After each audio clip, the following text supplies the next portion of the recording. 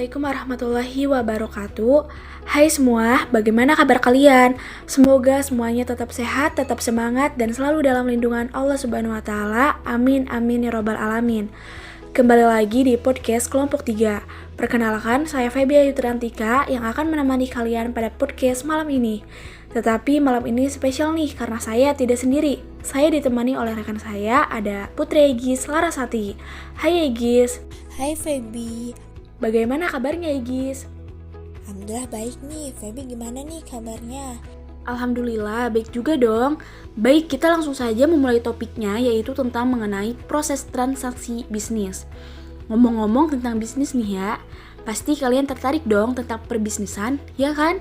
Nah, jadi kalau kita ingin sukses dalam berbisnis, kita harus meletakkan hati pada bisnis sendiri. Karena setiap bisnis pasti terdapat transaksi sehingga kita harus semangat dalam perbisnisan agar bisa mencapai kesuksesan yang kita inginkan. Nah, menurut Egis nih, apa sih pengertian proses transaksi bisnis ini? Dan apa saja karakteristik sistem perusahaannya? Jadi, proses transaksi bisnis ini merupakan kegiatan sektor bisnis dalam rangka mencari peluang oleh pelaku usaha yang bertujuan untuk memperluas pangsa pasar serta jaringan perusahaan, sedangkan karakteristik sistem perusahaan ini memiliki tujuan terhadap lingkungan sekitar, memiliki keterbatasan tersedia sistem kerja, memiliki umpan balik terhadap pengendalian dalam organisasi. Nah, baik. Selain pengertian proses transaksi bisnis dan karakteristik sistem perusahaan, pasti ada kan ya proses transaksi bisnisnya? Bisa Egis jelaskan proses transaksi bisnisnya itu bagaimana? Biar teman-teman yang mendengarkan podcast ini bisa lebih tahu bagaimana proses transaksi bisnis tersebut. Bisa dong, karena pengolahan transaksi bisnis ini biasanya dilakukan pada unit operasional perusahaan. Pengolahan transaksi akan melibatkan berbagai elemen dan aktivitas yang terpisah tapi saling berinteraksi satu sama lain.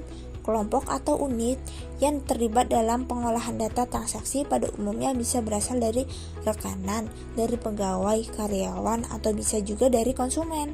Dalam proses transaksi bisnis ini, ada langkah-langkah pemrosesan transaksinya nggak sih? Jika ada, bagaimana langkah-langkah pemrosesan transaksinya itu, Gis? Jadi, pemrosesan transaksi ini ada 4 langkah dalam pemrosesan data transaksi. Yang pertama ini ada input data, yaitu langkah pertama ini merupakan suatu kegiatan yang berlangsung dicatat oleh petugas atau melalui media komputer melalui tampilan entry data. Yang kedua, pemrosesan data. Kegiatan pemasukan data telah selesai dilakukan. Langkah berikutnya dilakukan pembaruan antara data baru yang sudah dimasukkan dengan data lama. Misalnya transaksi penjualan. Informasi ini akan mempengaruhi persediaan barang yang di gudang. Yang ketiga, penyimpanan data.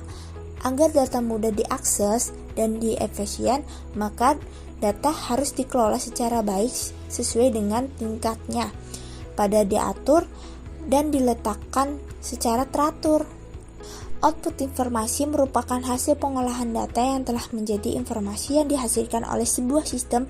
Dari output ini selanjutnya dimanfaatkan oleh berbagai tingkatan manajemen perusahaan untuk berbagai perencanaan dan keputusan perusahaan. Oh iya Gis, proses transaksi bisnis itu ada berapa ya?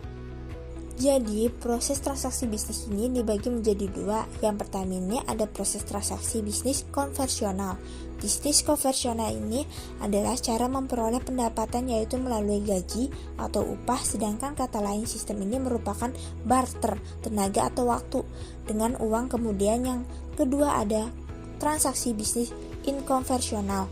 Pada bisnis inkonvensional ini adalah perencanaan sukses lebih cepat dalam hitungan bulan, bahkan minggu. Modal bisa kembali kita peroleh dalam setahun 2 tahun, banyak terlihat hasil yang luar biasa. Contoh dalam proses transaksi bisnis konvensional dan contoh dalam proses transaksi bisnis inkonvensional itu apa saja ya Gis? Jadi, contoh dari bisnis konvensional ada butik, supermarket, minimarket, dan warnet. Sedangkan contoh proses transaksi bisnis informal ini ada e-bisnis. Baik, terima kasih Putri Egis Larasati karena sudah menemani podcast kali ini. Sampai jumpa. Wabillahi taufiq wal hidayah. Wassalamualaikum warahmatullahi wabarakatuh.